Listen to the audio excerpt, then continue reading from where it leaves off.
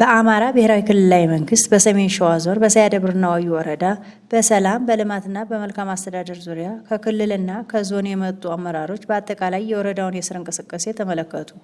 የክልሉ ርዕሰ መስተዳደር የኢኮኖሚ ዘርፍ አማካሪ አቶ ቀለመወርቅ ብረቴ፣ የርዕሰ መስተዳደሩ ምክትል ኃላፊ አቶ አብደላ ኑርና የሰሜን ሸዋ ዞን የብልጽግና ፓርቲ ፖለቲካ ዘርፍ ኃላፊ አቶ አይነኩሉ አበበ በተገኙበት አጠቃላይ የወረዳውን የስራ እንቅስቃሴ የብልጽግና ፓርቲ ጽህፈት ቤት አደረጃጀት ዘርፍ ኃላፊ ወይዘሮ ቀለም ደቅሲዮስ ሪፖርት ካቀረቡ በኋላ የቀረበውን ሪፖርት መነሻ በማድረግ የተሰሩ ስራዎችን ለማረጋገጥ የመስክ ምልከታ አድርገዋል። በአባያ ቀበሌ ርግቻ ጎጥ የሚገኘውን 273 ሄክታር የመስኖ እርሻ እንቅስቃሴ፣ የመልካ አባቴ የመስኖ ግድብ፣ የአረጋውያን የምርጃ ማዕከል ህንፃ፣ በወተት ሀብት ስራ ላይ የተሰማሩ ግለሰቦችና ስንታየው ሸዋሰማና ጓደኞቹ ዶሮና አዕዋፍ እርባታ ሽርክና የስራ እንቅስቃሴ ተመልክተዋል።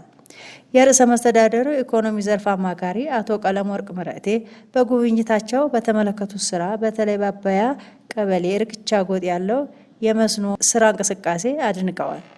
በንግግራቸውም በደንብ መጠቀም ከቻላችሁ ያልተነካ የተፈጥሮ ሀብት አላችሁ፣ ተገድቦ የማይገኙ በተፈጥሮ ተሰጥቷቸዋል። ስለዚህ ያላችሁን የውሃ ሀብት ተጠቅማችሁ መስራትና አርሶ አደሩን መለወጥ አለባችሁ ብለዋል።